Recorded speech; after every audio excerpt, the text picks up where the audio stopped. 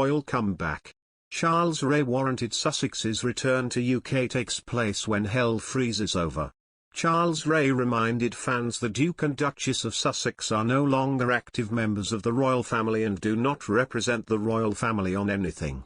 The Duke and Duchess of Sussex have no royal comeback to make despite their recent trip to New York, a royal expert has said. Prince Harry and Meghan Markle recently visited the One World Trade Center Observatory before they paid a visit to the 9/11 memorial. They also visited children at a school in Harlem during their time in New York. But though the couple were out in public again, a royal commentator has insisted they're still no longer active members of the royal family. Charles Rae told, "There is no royal comeback.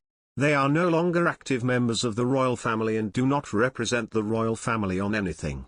Mr. Rae continued, "They made it clear they wanted to have private lives but continually invade their own privacy.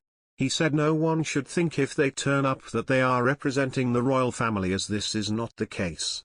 They made the decision to quit as working members of the royal family in March 2020.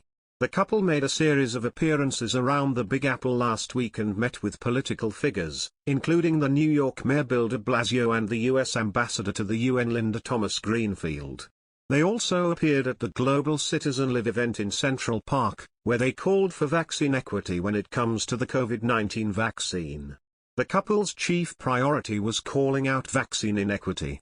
They are completely invested in vaccine equity. They were laser-focused, that was what they wanted to deliver on. They led the charge on vaccine equity, says the source.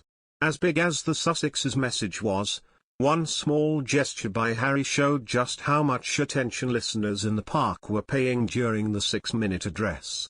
Harry, 37, and Meghan, 40, lingered backstage after their address and posed for photographs with other guests, including ex-NBA star Dikembe Mutombo, while mingling Global Citizen senior staffers.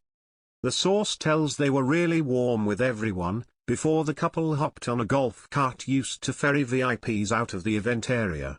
This year's Global Citizen Live raised $1.1 billion worldwide in financial commitments aimed at supporting the fight for vaccine equity, tackling climate change crisis and addressing the poverty and hunger crisis in the Horn of Africa. "Guys, we have what we need to vaccinate the world," he said.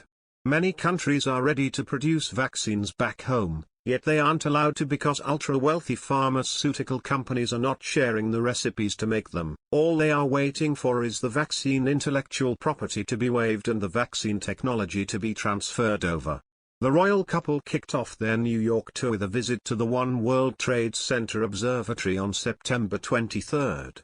The England native and the Remember Me actress held hands as they met with Mayor Bill de Blasio and Governor Kathy Hochul. The pair's visit to the WTC Memorial marked their first joint outing since welcoming their daughter, Lily, earlier this year. It was announced on September 21 that the royal couple would attend Global Citizen Live in NYC's Central Park. Global Citizen explained via a statement at the time that the Duke and Duchess of Sussex aimed to continue their urgent work with world leaders in the pursuit of global vaccine equity to end the COVID-19 pandemic for everyone, everywhere through this appearance. It marked Harry and Meghan's first public appearances since they quit as senior royals and moved from the UK to California, as well as Meghan's first appearance in public since giving birth to daughter Lilibet. There has been speculation that the Sussexes could make a return to the UK to visit at Christmas or possibly to have Lilibet christened at Christmas.